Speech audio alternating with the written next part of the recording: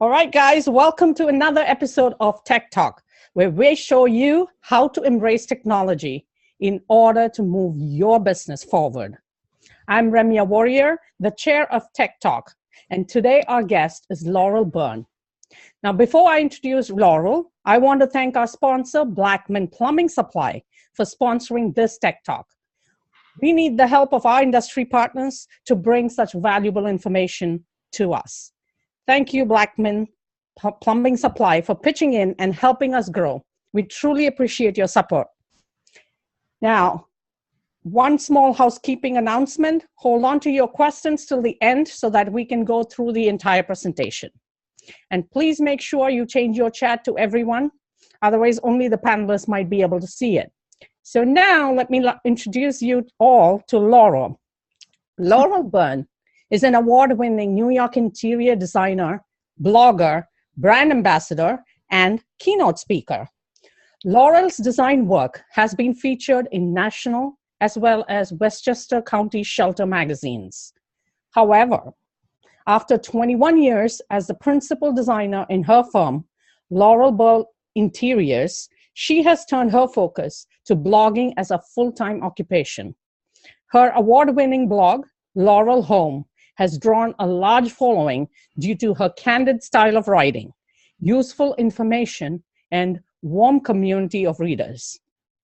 In addition to designing and blogging, Laurel has authored 3 helpful online interior design guides for professionals and design enthusiasts alike. And Pinterest played a huge part in her success. Laurel, the floor is all yours. Hi guys. Well, Ramya, I'm completely honored that you've invited me to chat today with you guys about Pinterest and how I've used it to grow my business and make a lot of money. The one thing I want to say is I make my money principally now by selling digital products. But this is important even if you only want to just grow your interior design business. Because originally, 4 years ago, that was my ambition. Or actually, I started my blog and website 5 years ago. One thing about Pinterest is that in order for this to work, you need to have a blog, and you need to blog regularly. I would say at least once a week, because they work in tandem. So I'm going to start you from the beginning with Pinterest, and I'm going to assume that you know absolutely nothing about it. So you need to sign up for Pinterest. You used to need an invitation, but now anybody can join. And you need to open up a business account. If you already have a personal account, you can transfer that to a business account. There's a lot of, questions, things answered on the site, tons and tons of information. There are tutorials everywhere on the internet about Pinterest as well. And if you really get stuck, you can write to them. I do on occasion something went wrong or I saw something funky, and they will respond within a day or so, and they're very, very helpful. So don't be afraid if you really are just totally lost. There is something called a browser button, and actually I should write to them again, because that browser button, it's an extension that goes in your bookmark toolbar.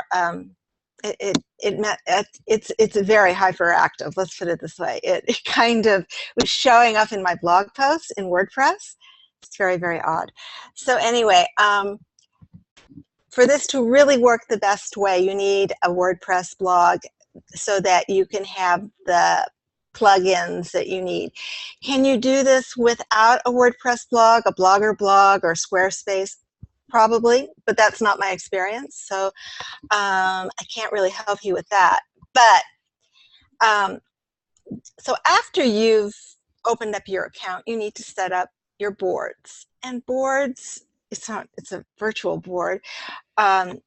You will have categories, and I think they have some categories that they set you up with or whatever. You don't want to lump everything, interiors into one board. You want to separate it out: living rooms, dining rooms, kitchens. You get it. You can make the titles a little more interesting than that, but they do need to have that keyword in them. So like my living room says living rooms you'll never want to leave. You know, just something a little different. But don't be too weird and different. Otherwise people won't find them. The thing with Pinterest is that it acts like Google, and everything you do, you need to make your pins and your boards searchable. So when you set up a board, let's say it's your living room board, there's a place on Pinterest to optimize that. In other words, you put in what else ask you, what is this board is about? It's about living rooms. There's also a place to put the category. So you want to put that under home and garden or whatever it is that applies. I forgot the exact one. So you need to do all of that. And it'll ask you if it's a group board. I have 2 group boards. Try to join group boards that are classy, you know, and relevant to interior design. If you want to have other topics other than interior design, actually that's good. I don't so much. But I think that is helpful for a lot of people to get people to follow you. Now, the next thing you need to do is you need to start pinning. So if you click on Pinterest on the P, it will take you to your home page. They will try to figure out what pins you might be interested in, and there's a way to turn that off too. I just did it recently. I haven't noticed a difference. I don't know. They'll go picked for you. It's not too bad. But the most important thing is that you have a blog with images that are pinnable to Pinterest. This is what will drive traffic back to your blog, because people will, if you pin an image from your blog onto Pinterest, onto one of your boards, then people will click that image when it says read more, and they'll come back to your website. Now that image also needs to be very well optimized with keywords. So you describe what's going on in the image. Even if it's not your pin, if they haven't bothered to do that, I do that because it'll also bring people possibly even just back to your page. There are different ways people can find you, so you need to do everything you can to make yourself stand out, because there are a lot of people on Pinterest now. And it's not as easy to break in as it would have been 6 years ago. But nothing's impossible. Don't ever get discouraged that they'll say, oh, there are too many people or everybody's already doing that. Because what you really need to do is you need to pin very high quality images to Pinterest. And hold on one second. My son's here and he's playing music and it's distracting me. Hold on one second. Hey, Pam. Oh, well, I'll just be distracted. Nothing. He's a musician, so I shouldn't be surprised. He's visiting from Boston, and I only found out a couple days ago, so it was a rare treat. Anyway, yeah. So, and there's noise outside too. There's just noise everywhere today. Yeah. Uh-oh. Yeah. So, anyway, so you were talking about optimizing. Right. For pictures. Right. So if you have a living room, you're describing the living room. You know, it's a white slip-covered sofa with a seagrass rug, chinoiserie lamps, whatever it is. Now, you can take that pin. Let's say it goes in the white living room, and then a couple weeks later, you can put it on your group board about whatever, living rooms or pale living rooms or whatever the group board is. It might also go on another board of yours. I definitely recommend doing boards about paint colors because people really love that. information too. And so you go, okay, it's a white paint color. Oh, it's white dove. Okay, I'm going to put it on my best Benjamin Moore paint colors. And then a month later, I'm going to put it on, I'm going to put it on my best white paint colors. What you need to do so that you're not going really crazy, and it's been less than a year, and I'm kind of kicking myself, is you need to download the Tailwind app. I think there's the expensive version, which I don't have, and the cheap one, which doesn't do as much, but it does enough. I think it's $10 a month, Tailwind app. And what the Tailwind app does is you also have an extension. So it will show up on every image on every website that you look at, which at first is a little weird. But what it does is, so you click on that little thing below each image, and it will schedule that pin for you. It will show up, and you can put the description in there. You can control what order they go in. You can go into your app, into your page where that occurs, and you can shuffle them around. You can change the description. You can go, oh no, I don't want it on that board, I want it on this board, that sort of thing. But the idea is it will automatically, if it's all loaded up, pin 5 pins a day for you without you having to think about it. Okay. It also tells you what your most popular pins are. That's huge, because those are the pins. You don't want to spam your pin.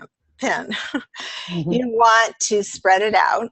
So if you're pinning at least 5 times a day, and you're probably going to pin a little bit more, because you'll pin some in real time too, that's okay. You never want to pin like 50 pins at once. And I've heard doing more than 70 a day can hurt you. 70 pins is a lot, you know.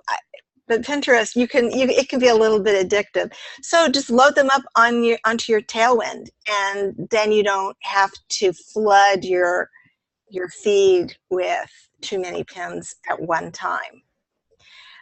Every once in a while, I'll minimize it and I'll pin it like an hour later, sort of thing. But I mean, if you do 2 or 3 or 4 at one time, that's fine. Engaging with other people can be helpful. I don't do that so much. It's like, you know, there are only so many hours in the day, right? You know, it's crazy, isn't it, for all of us who've been in the business a long time, what it was even 10 years ago and from what we're expected to do now it's crazy. Crazy, yeah. It is crazy. Yeah, it is crazy. And it's one reason why I cannot do both what I'm doing now and taking on clients, which I didn't want to. I love design. I hate the business. You know, it sucks. I mean, it's very, very difficult. And actually, it wasn't the clients; it's everything else, and all the problems, and you know, damaged furniture. You know. But so this has been very good for me. So you always want to pin very high quality images. If it's already on Pinterest, you don't have to worry about that so much. But everything coming from your website should be a high quality image. Sometimes I'll see a photo and the res isn't very good, or it's really little. I like to use nice, large, clear images. So I have a shortcut in my toolbar that's a shortcut to Google Images, and very often I can find a photo with a higher resolution. Just because it says it has more pixels doesn't mean it's a higher resolution. Somebody might have just blown it up. So you want your photos to look clear. They're small on Pinterest, so that's to begin with, so that's probably not going to be as big an issue. But you want to have beautiful rooms. Like Instagram, people love light and bright, and they love blue. They love light blue and gray and white. Not that everything has to be that, But you do need to be clear on what you're doing, and just keep, it's the consistency of pinning every day, and that's where Tailwind can help you, because I don't get on Pinterest every single day. I do most days, but if I can't, I don't have to worry, because I have my 5 pins automatically going up. The other thing you need is you need a pin it button on each of your images, and some themes with WordPress come with that. I have a plugin that I use called a jQuery pin it button for images, and it lets you upload your own custom button if you want. And that's very helpful, because your readers are doing your marketing for you, because that's what Pinterest really is. That's what a blog is. A blog is your marketing. When I started my blog 5 years ago, I had no idea what I was doing. I bought a theme from ProPhoto. I created my own website. I had it up in 2 days. You know, it's really easy. And then I started building a little shop, and then I moved. So all of that took about 6 months. And then 6 months after I moved, I realized my phone hadn't rung the entire time. I had a couple of nice jobs. I went, oh my God, my phone isn't ringing. This is a problem. So I found this wonderful WordPress expert, Eileen Lonergan, and she whipped me into shape. So it's always good. Most people do have geek help with their websites. You definitely need to know what's going on with your site. So from that standpoint, I was very glad that I knew how it worked. But there was still a lot that I didn't know. And Eileen, I learned so much from her and other people. So all of those things together created a situation where I was blogging, or am blogging. I blog twice a week on a schedule. Sunday around midnight, and Wednesday evening tonight, sometime between 8 and 9 usually. We'll see about today. And it's that consistency, showing up when you say you're going to show up, doing what you say you're going to do. It builds trust, and you're building authority. And those are the things that will, plus you're creating a beautiful brand image. And those are the things that will make people want to hire you. Writing a blog that's engaging, answering comments, which is getting to the point now for me. It's difficult. I also get a lot of emails, and I get a lot of, what paint color should I use? Like, I don't know. They think that there's a revolving carousel of paint colors going on in my head, and all they have to do is plug in, my counters are this, and my floor is this, and then I've got purple walls in the next room, and what colors should I paint my cabinets? Like, I don't know. I'm not there, right? And I don't have to explain that to you guys. You get it? Like, it's like you're standing there and you can't figure it out. How am I supposed to figure it out from where I'm sitting? Besides, I need to get paid. And I'm not doing that now because I really don't have time. I was doing consultations, and it was an hour, but no, an hour was 3 or 4 hours. So that's it. It takes, people don't understand all that goes into what we do. My post tonight is going to give a little peek into that, because I'm actually struggling with my own home. Raise your hand. You struggle designing for yourself. Always the toughest, right? It is. I always have said that if I was my own client, I'd kill myself. Definitely, because it's like, what? Shut up. So you'll see, I'm struggling a little bit. And part of the reason is because I have a lot of givens, and it's a kind of job you wouldn't take, because it's like, if But you can't change that? No, I can't. Sorry. Deal with it. And some embarrassing things too. I don't even know if I want to take a photo of the makeshift rod that's been in my bedroom for 4 years, and I've never done anything just because I didn't, you know, let me shut up. Okay. Anyway, that's pretty much it with Pinterest, and using it to help build a following. It's been the most fabulous tool for me. And, you know, in the beginning, it was like I'd have 1 or 2 people from Pinterest coming to my website, like, oh, and then one day I went, it's 200. And now, now I'm averaging between 2,500 and 3,000. But sometimes you'll have a pin that goes viral. Oh my God, that's the most incredible thing. So you want to have a good opt-in on your blog so that people will sign up for it, because you need to grow your business. Whatever it is you're doing, you need to rock that email list. You know, this is a little bit of an aside, but it you know, it's like everything works together. It's like a room, really. You don't, people look at things in isolation, and that's not how it is. It's part of the composition, and your whole business is like that. There are different parts of it, and they need to work in tandem. So that's pretty much it. I can't think of anything else, you know, basically about Pinterest that you need to, oh, there is one thing. This is kind of important. And that, another thing to do is to make a graphic image. So images with words on them. People on Pinterest, you've seen them. Those mom blogs, they really rock those. And they're usually really cheesy. I do all my graphics on PicMonkey.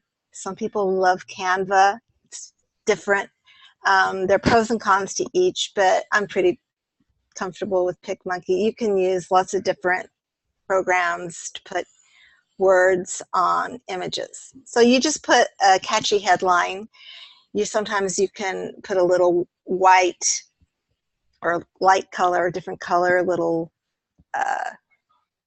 overlay so that you can read the writing and it looks pretty. People like, you know, and, you know, like 12 ways to style a coffee table, whatever it is. People love those. And the 10 best sofas. Oh, okay. So people really love those. You put those on the post, and then you put that on Pinterest. People click them. They want to know the 10 sofas. What are they? So they will come back to your blog, and it's huge. Because Google looks at Pinterest and sees traffic coming from social media. Huge. You know, Instagram is great. I get very little traffic from Instagram. My second most popular platform is Facebook, and Twitter, LinkedIn. I know you're big on LinkedIn. You know, and there are a couple of you know, there are a couple of groups or whatever that I look at once in a while. But you know, again, it's like find the social media platform that really, you need to be on all of them. But for me, Pinterest by far is like the one to really drive traffic to my blog and grow the business. You want to grow your subscription list because those are your fans. Those are the people who are going to share your posts, who are going to comment. And comments also grow your SEO, which is very, very important. That's a different topic, really, also. But it also is important to get that going by optimizing your posts with those keywords. So if your your post is about sofas, your keyword best sofa is in there, and it's in your post and in the headline. But that is another topic. Oh, right. Yeah. Okay. Cool. So before we start asking everybody to start writing their questions in, I'm going to start with one of my questions. Okay. And meanwhile, please start asking questions, type away. And I see that there's already one from Holly. So maybe I'll take hers first and then I'll ask you mine. So Holly asks, is there a way to link photos in albums on Facebook business page to Pinterest board? Does Tailwind help do that? That's a very good question. I don't know that answer. You can post from Pinterest to Facebook, you know, and Twitter. Mm-hmm. It will, if you're doing it live, it will keep it in there. So that if you pin multiple pins, you have to uncheck the box. And it always doesn't show up. It always seems to fall below the fold, so to speak. And sometimes I've forgotten. I went, oh my God, I just loaded up, you know, 6 posts on Twitter at one time. And you're not supposed to do that. You know, that's really bad. Or Facebook, you know, because people will, I've done that. Like, you're posting all this stuff, like, and it's ugly. I'm not interested in that. Goodbye. But I don't know if Tailwind does that. At least not the cheap version. I'm not spending $100 a month for Tailwind, even though I think it's so great. I don't know. Maybe that's foolish of me. I don't know what it is. The analytics on Tailwind, from that standpoint alone, are worth it, because it definitely tells you what people are interested in, what they're pinning from your website, mm-hmm. and what pins from your boards are being pinned. So it's a fabulous, fabulous tool, because otherwise it's very difficult to figure that out. Sometimes, I mean, you can see a pin has been pinned, you know, 50,000 times. That's good. That's what you want. You can see that. Yeah, definitely. So. Right.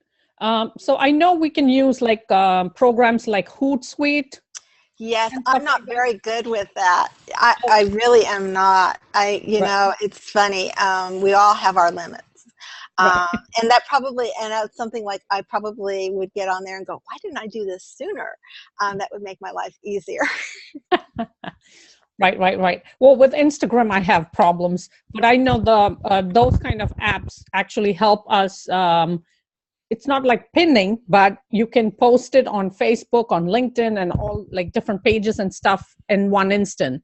But I think with this one, which you mentioned, I haven't used that one, so I'm not very good with that. But that's probably more for Pinterest, because you're scheduling the number of pins on Pinterest, right? Is just for Pinterest. Pinterest, yeah. But you can, I believe you can, yes, you can program it to go to Facebook and Twitter. But Facebook, you can't program a post to go to Pinterest. Right. Okay. Yeah, not from Facebook. Maybe you can from Hootsuite. Is that true? I'm not sure whether I can use Hootsuite to pin, because I haven't tried that. Yeah. So yeah, probably not, because that's a whole pin. Yeah, probably that's why you can't do it, because it's just a different platform. Right. Yeah, you need that. Tailwind is great. There may be other ones, but that one really is. I mean, you know, it's kind of like if you find one husband, you don't need another, right? That's true. Well, whatever works. Okay, so I have another question from Holly. Would you recommend putting company logo or your website on every image that you design for your posts? Well, yes. I mean, you should probably watermark your images. Definitely when you pin, there is something, this doesn't always work. When you have an image and you upload it to your website for your blog, there is a place when you upload your image to put something called an alt tag, which is just means like another set of words. In that alt tag, if it's not my image, and even when I save the images in the headline for the image, or I put whose image it is, if it's not mine. I don't put my name in there, because then if I do a search for me, it will, every Laurel will show up. And it's kind of, I don't want that.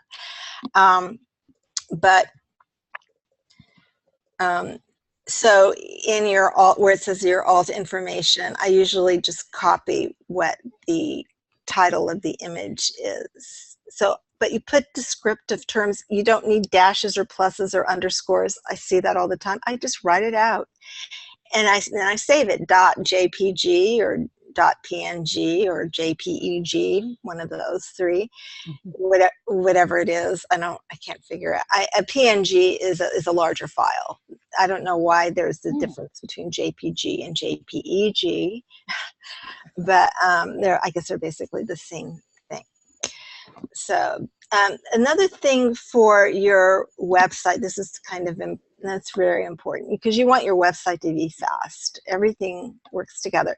So I have another plugin that optimizes my images and reduces the file size without reducing the quality of the image.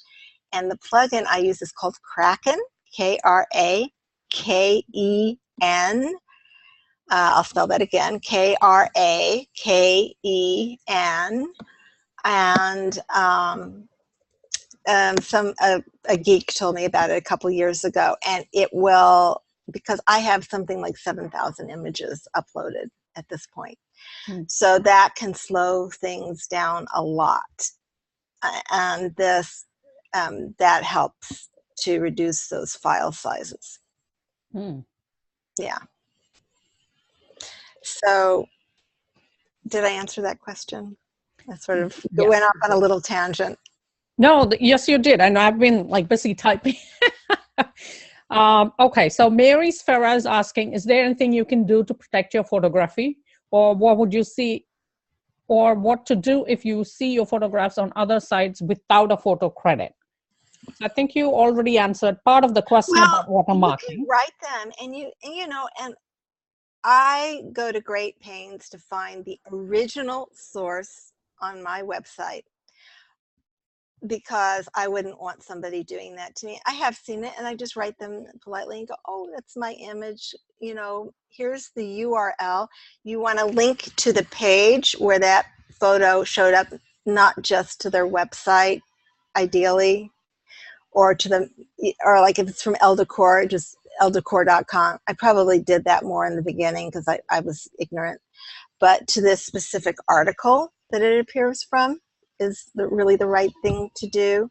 And also, if it's somebody's image, I do not put people's graphics on my blog.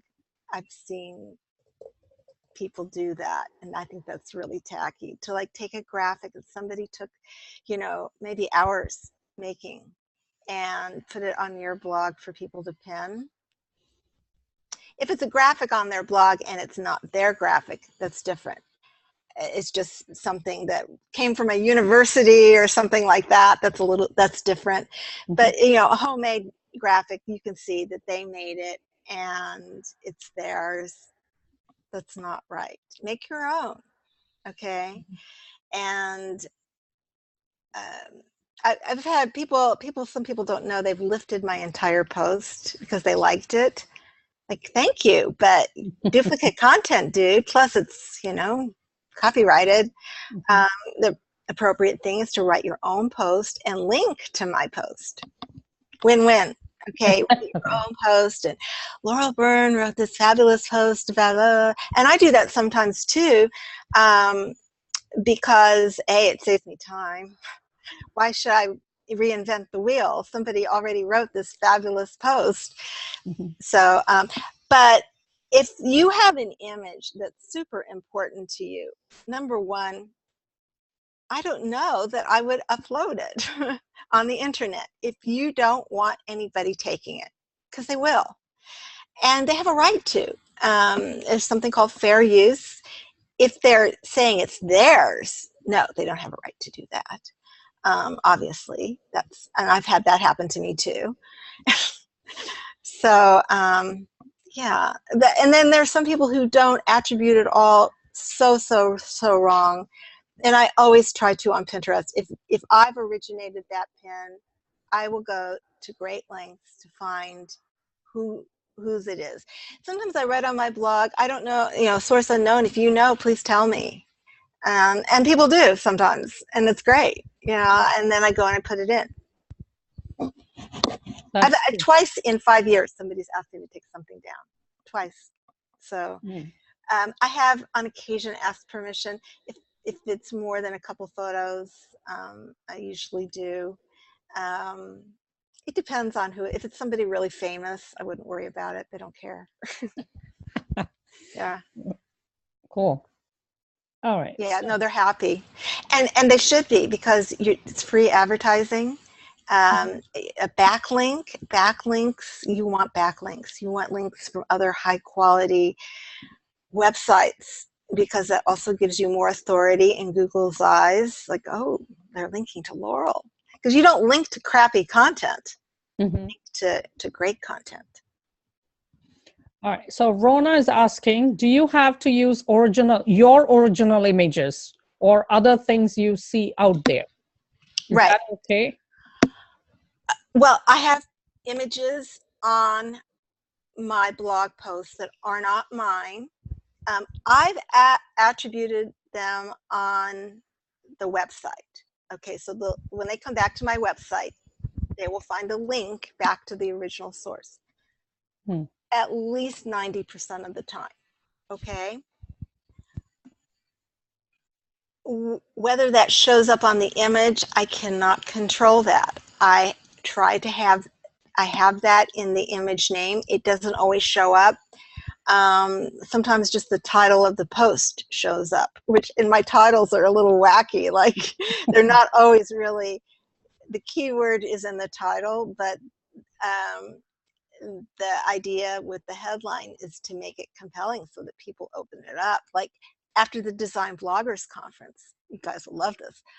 3 interior designers, which I know in ASID not allowed to say that, but, or whatever, who with no formal training, like, scary. and then I wrote scary bad, or no, scary good. Like, they were amazing, and they had wonderful stories, right, Ramya? Yeah. Fabulous stories of adversity, and then turning that around, which I love, turning that around into super, super duper successful businesses. Like that Studio McGee. Yeah. Oh my God. I know. They're not designers. They're really they're just brand ambassadors. They hire designers. They have 30 people, and probably half a dozen actual designers. Yeah. They're not designers. They're not pretending to be. She's a pretty blonde woman. Hi, this is our room. They have a certain aesthetic. You either like it or you don't. Yeah, I was going to actually write a blog about that, saying pretty blonde makes it big. There were. Well, I don't know. Well, I know 2 of them did. It doesn't hurt to be good looking, right? Of course. It doesn't. But they did put in the work. So they have Studio McGee. They have gorgeous website. That is an example of rocking your image. I hate the word branding. Even though we all use it. It's like so hackneyed. Like, what does that mean? But in their particular case, they have a very, very clear brand image, and you know what you're going to get, and it's very pretty. Their website is very clean, well laid out, pretty big. I like to use their images because they're nice, but I reduce them. Sometimes they're too big. Oh, cool. Yeah, so they don't show up as being, sometimes they'll put on this huge file, and you'll see a little itty bitty image because they have their settings made, or somebody did that so their images would be really little, which is fine if it's a phone. But on a larger screen, you want your image to be so that you can see what's going on. Sometimes I crop them so you can see the main parts better. If the image is big, Right. Yeah, sure. Oh, so before I forget my question, let me ask you my question. So you did mention about on your blog, you on each picture, are you actually optimizing the photo on your blog as well as on Pinterest? Yes, yes. I I do try, and well, certainly when I save my image, do not save it as whatever it is, img underscore 001568 Yeah. dot jpg, you know. Hmm. I've seen famous people on Pinterest, and that's what you see underneath the image, which is like, come on. Well, of course they didn't do it, but their tech person should be fired because that's horrible. Hmm. You do not want that to show up ever. You want when you save one of your images or anybody's image. Hmm. Um, when I do a blog post, I put all the images that I'm thinking of using. They don't all end up in the post usually. In a little folder on my desktop. Okay, so when I save the image, I save it as Remia Warrior, living room, white sofa, whatever it is, quadrille pillows. Oh, cool. You know, the main things that are going on. That's called a long tail keyword. And Google sees that too. It's very helpful for Google to describe your image in the file name. Mm. Okay, that is helpful. I think that Google doesn't have to have that because sometimes when you do a search for something on Google, right, Hmm. you're looking for pale living rooms. Google will spit back pale living rooms, even if that image doesn't say pale living room in it. So they may not, I use Pinterest is like a mini Google. Mm. So there's a search feature there. And the other thing I also love on Pinterest that I didn't mention is, so let's say you have an image of a white kitchen. So if you scroll down, you'll see other pins that are reminiscent of that. That's huge. Because sometimes you'll see a photo, it's not exactly what you're looking for, but underneath it, you will find what you're looking for. It's Mm. very helpful. Right, right. Yeah. Okay. So I have Nancy who's asking you the $1,000,000 question. Ready? How do Yeah. you actually make money from this? Okay. I make money from this because I build my platform and my email list, and I create digital products. And the first one I created is a shopping guide called Laurel's Rolodex. And there are over 500 vendors. Some are to the trade only. Mhm. Most of them are both. There's a legend that says what they are. Um, if there is an actual website from that company online, and what general price point that company is. And I have everything from dirt cheap to if you have to ask, you can't afford it. But there's a lot that's a little low, that's lower to moderately priced. The majority of it is that. I have a certain criteria. I mean, it could be contemporary or mid-century or something, but it's good. It's not like weird ersatz kind of. There's a certain type of furniture that really makes my skin crawl because it's kind of like, what is that? It's not really, like crackle finish with 50 layers of polyurethane on top of it, and all of the wear down is, it looks, or the proportions are off. You know what I'm talking about. I don't, those kinds of companies, they're like ticky tacky, too much of it. I try to have nice looking things, but Mm. there are no professional confidences divulged. In other words, there's no pricing, just general price point.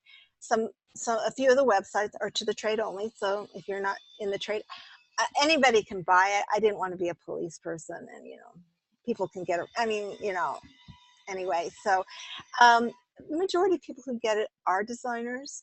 Um, Mhm. but there are a lot of design enthusiasts who get it and they love it. It's a very, very low return rate, but I would say 9 times out of 10, when it's returned, it's not a designer because it's too overwhelming for non-designers. The other thing, because it's a PDF file, so it's like 400 pages. But every vendor has a link. So if you're sourcing something, and I have categories like custom upholstery, so you're sourcing something you cannot find, you can just go and click on each link and you have access to that vendor's website. You don't have to think. That's the other thing. I don't know about you guys. I'm of a certain age now. Well, we can't tell though. Yeah, well, I am. I'm in my 60s, guys. Oh, you should be saying that. I am 61.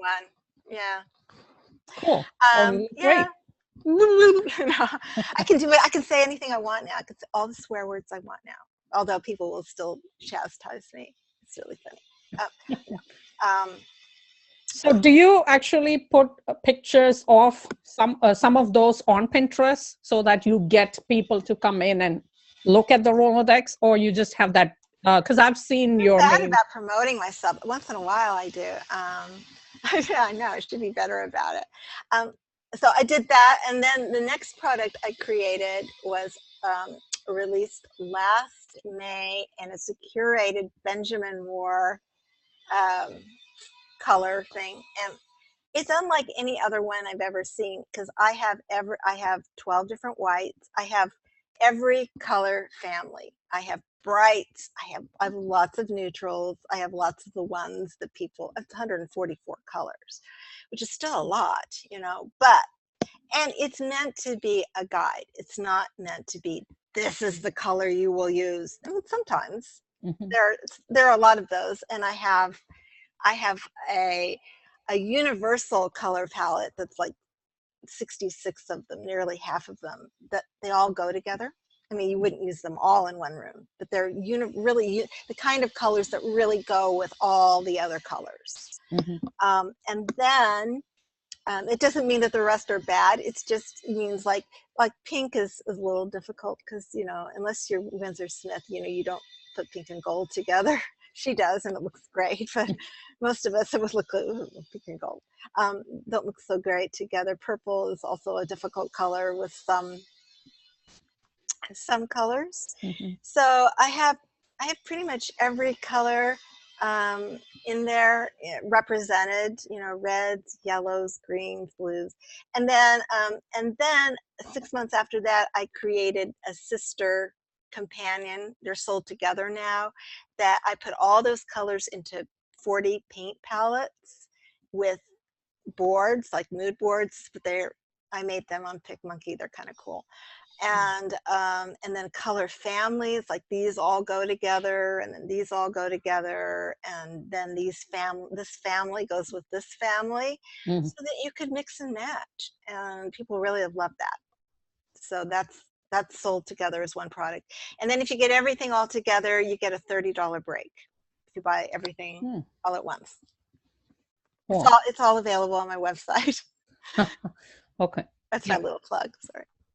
I'm very proud of my products. I worked so hard. Each one was hundreds of hours.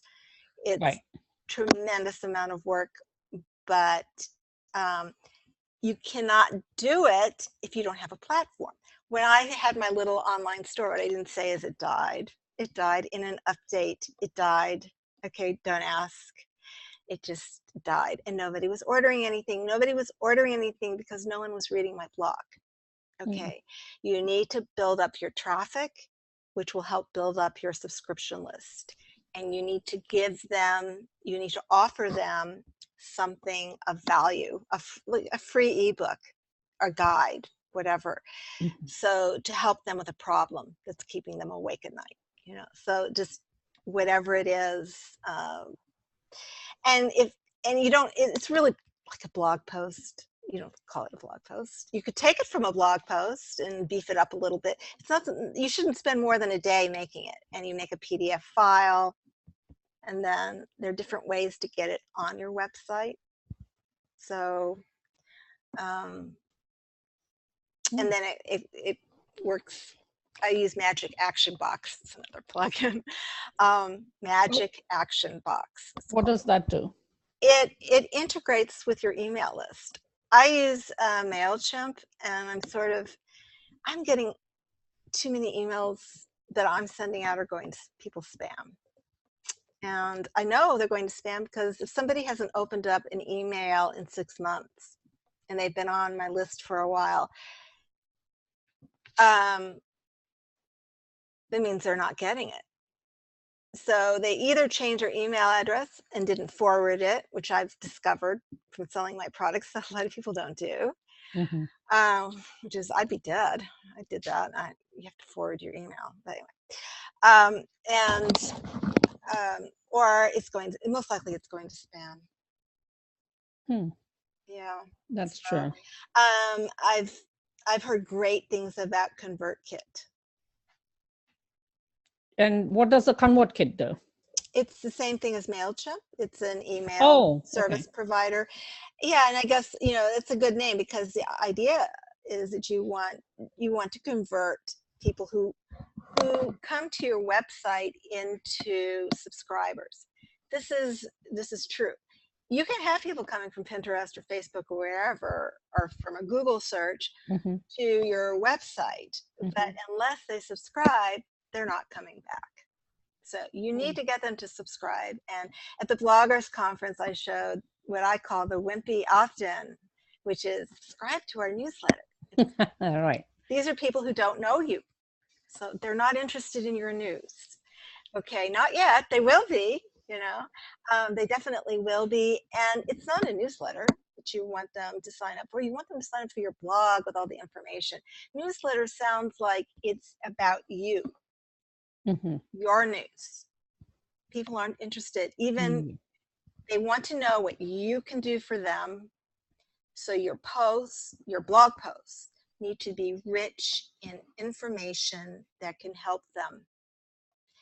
And that's another mistake, I think it's a mistake, that designers do, is that they don't give enough information. You don't need to do somebody's design for them. You should not. They ask me to. They ask me. And if they ask me, what paint color did you use on that living room? That's different. Then they ask me, what color did Alexa Hampton use in her living room? I don't know. Ask her. I mean, and she's very nice. I'm sure she would tell you. But I don't know. I can guess. And you're looking at a photograph, which is probably edited. That came through my editor because I edit almost all photographs. And then you're looking at it then through your computer monitor. So I always say I can guarantee you that color is going to look different in your home than what you're seeing on your computer. So you do not select colors off of a computer or a photograph. You guys know that. I'm not to tell you that. But people don't, right? But you know what? If you see a photo or something on your monitor, just go get the fan deck and look at how it looks. Find a color that looks like that, or get a few and try it out. That's true. So we do have a couple of comments about being blonde. I guess we have a couple of people who are blonde here. So I used to be blonde. I used to go out for commercials, when I was in my 20s, when I was young. I was the Lysol type. And it was the 80s. And I used to put, my hair I was blonde. Okay, so Nancy asks, how often do you put together an item for sale? Well, I'm supposed to be getting another one ready. I had been working on affiliate marketing. I have a lot of traffic, guys. I have like over 250,000 unique visitors every month. Okay. Wow, cool. If 1%, if 1/10 of 1%, I sound like Bernie Sanders. If 1/10 of 1% bought something, you're making, yeah. I've been making money. Yeah. So I've been really focusing on getting that going. It's going pretty well, I have to say. And I'm really just getting started. I've done a little, but I'm really learning more about it without getting too salesy. I never want to make it look like it's a shopping site. Right, right. There's a fine line, but you know what? People actually do like to go to a source to be able to buy it. Amazon, I'm totally kicking myself. I think I thought it was tacky. Believe me, it's not tacky. When you start making like 30, 40, $50 a day, Hmm. that's not tacky. Right, right, right. So Laurel, you're Oh, basically Rona you found. Spiegel. I know that name. Sorry. I know that name, Rona. I see Rona Spiegel's name from. Oh, yes, yes, yes. She's Hi. great. So one of the things. So for you, your website is your foundation, correct? It is. Okay. I saw somebody who's really darling and blonde, and she was at the bloggers conference. She linked on her website to Instagram. That's like a parallel platform. In fact, Instagram could be used instead of blogging. But what Hmm. happens if Instagram goes out of business? Or Pinterest, or any of them? Your website and self-hosted WordPress is yours. Okay, don't do WordPress.com because they own it. You want WordPress.org. You want to own your own website because that's yours. Nobody can take that from you unless the internet goes down. Right. So, but aren't you using like Pinterest and Facebook and Instagram, all of those basically to Sure. get your traffic from? Yes, I use everything because it does all add up. Um, and you don't know because sometimes I have some rabid fans from Facebook. So some people just follow me on Facebook because I put every post on Facebook. So that's fine. Mhm. That's fine. They won't get my little love note. I send out a little love note. I don't call it a newsletter. I don't call it a love note either, but that's what it is. Hey guys, we never set it up so that it automatically put people's name in there. I don't know. I guess it just didn't work. And at the time, that was the least of my problems. But so it hasn't hurt me. I guess people kind of see through that anyway. It's like, hey, Laurel. I always put some quirky name in there. It makes me laugh Hmm. when I have to, put my name when I sign up for a blog. Right. So I have another question from Mary. Mm-hmm. She asked, people walk through a show house and snap pictures, but they forget who the designer is. So is there anything we can do to protect that part? Well, Because that's then it's their deceiving. picture. Right. Oh, I know. Right. People, I don't think they're trying to be mean or wrong or rude, but that is rude. If you go to a show house and you don't say whose room it is and you just put it up on social media, that is just wrong. And just if it's your work, I would just politely contact them and go, hey, maybe you don't realize this, but that was my room. And thank you so much for posting it. Could you please put a link to, and then put the link in where you want it to go. And 99% of the time they'll do that. Yeah. And if they don't, then you can crap all over them. But yeah, just or maybe they didn't do it, maybe an intern did it. You don't know for sure. I found 4 of my blog posts ripped off a few months ago, and not by a bum either, like a designer who is needy. I mean, she has a following. Mm-hmm. Well, long story short, she wasn't doing her own blog, and I do believe this because she was truly mortified. Okay. And she did not know what was going on. She was paying somebody to rip off my posts and probably other people's. Whoa. And she had them take it down. She didn't even know how to take it down because I go, it needs to come down now. Now. Right, right.